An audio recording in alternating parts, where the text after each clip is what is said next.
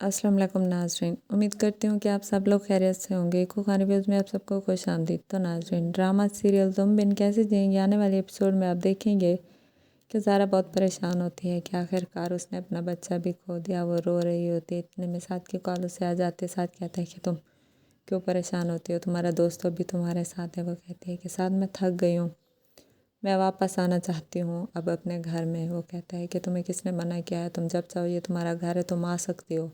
तुम्हें तो हमने पहले भी कहा था कि तुम वहाँ ना रहो, ना ही तुम वहाँ पे सेव हो, ना ही तुम्हारा बच्चा। बेहतर यही होगा कि तुम यहाँ आ जाओ, लेकिन तुमने हमारी ये बात नहीं मानी थी। तुम्हें तो लगता था कि तुम अदील की फैमिली के साथ खुश रहोगी, तुमने हमारी एक नहीं सुनी। वो कहती है कि नहीं, अब मैं थक गई हूँ, मैं यहाँ पे नहीं रह सकती, मेरी बर्दाश्त ख़त्म हो गई है।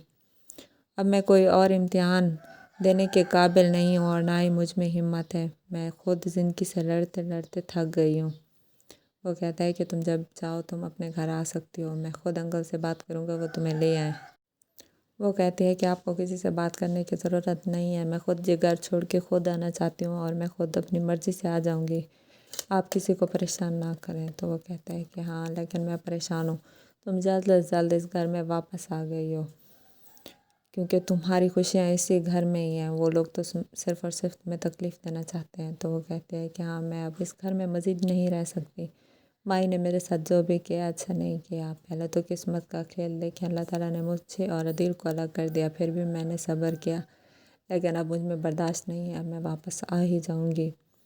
इसी तरह से माई भी बहुत गुस्से में होती है। उसकी अम्मी कहती हैं कि तुम्हें अब यहाँ पे नहीं रहना चाहिए, तुम अपने घर से वापस चली जाओ, किसी और घर में रहो, क्योंकि तुमने अपने भाई के बेटे को मार दिया है, तुम अपने भाई के बच्चों की दुश्मन बनी हुई हो। तो वो कहती है कि नहीं अम्मी, मैं यहाँ से नहीं जाऊँगी।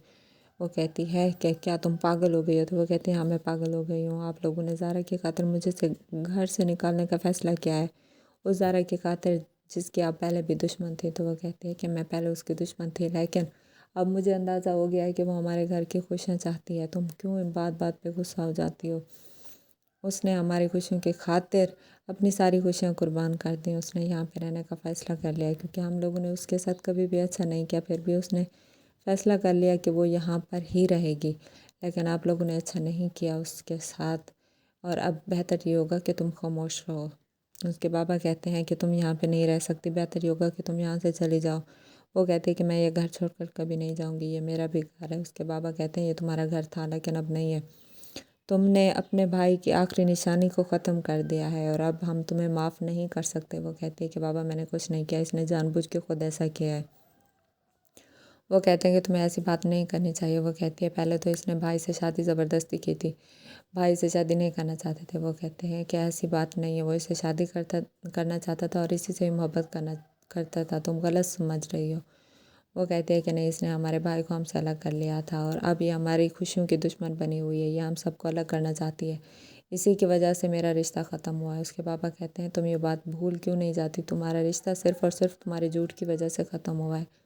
अगर तुम झूठ ना बोलती तो आज तुम्हारा निकाह हो चुका होता और तुम्हारी रुखसती भी, तुम्हें तुम्हारे किए की सज़ा मिल चुकी है।